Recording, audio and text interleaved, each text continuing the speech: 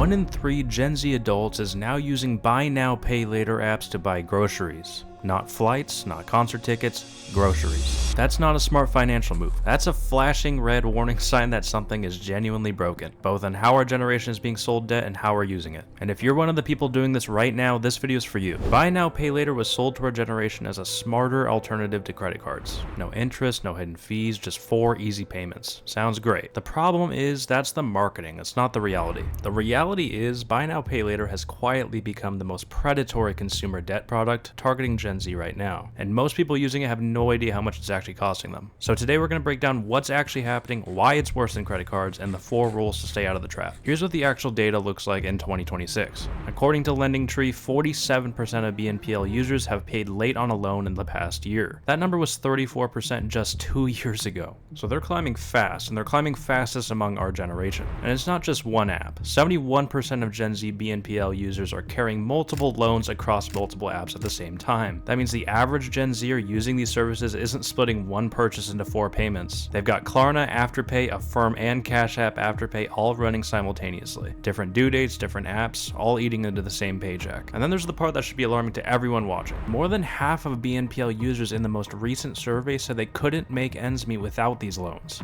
People are not using buy now, pay later because it's convenient, they're using it because their income does not cover their life anymore. So basically just a crisis is being covered up instead of handled. But here's where it gets worse, and this is the part most people watching probably don't know yet. As of 2026, BNPL payments are showing up on your credit reports. Up until now, every Klarna purchase you split into 4 payments was invisible. You could miss a payment, recover, miss another one, and your credit score would not move. That's over. Late buy now, pay later payments now hurt your credit just like late credit card payments. And the average buy now, pay later user doesn't even know this. 62% of users right now believe incorrectly that their on-time payments are building their credit. They're not. Most BNPL services don't report the positive history. They only show up when something goes wrong. So basically you get the worst of both worlds. You get the convenience of the debt with none of the credit building upside, plus the full credit score damage when you miss a payment. And the apps know exactly what they're doing. Their entire business model depends on you missing payments. Klarna and Affirm don't make most of their money from interest. They make it from late fees and merchant cuts. The product is literally designed to get you to overspend and then penalize you when you can't keep up.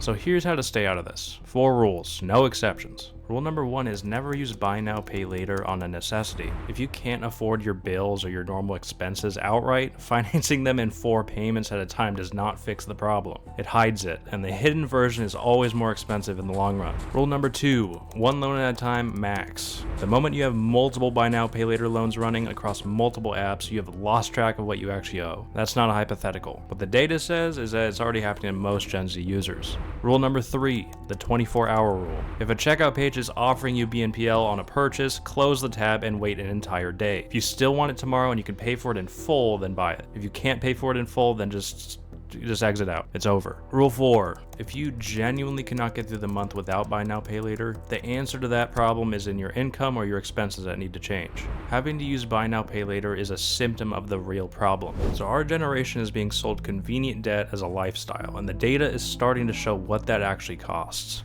Nobody is coming to regulate this in time to fix it for us. The only move is to recognize the trap for what it is and stop walking into it. Subscribe if you want more of this. I'm going to keep making content just like this that actually tries to help our generation figure this stuff out.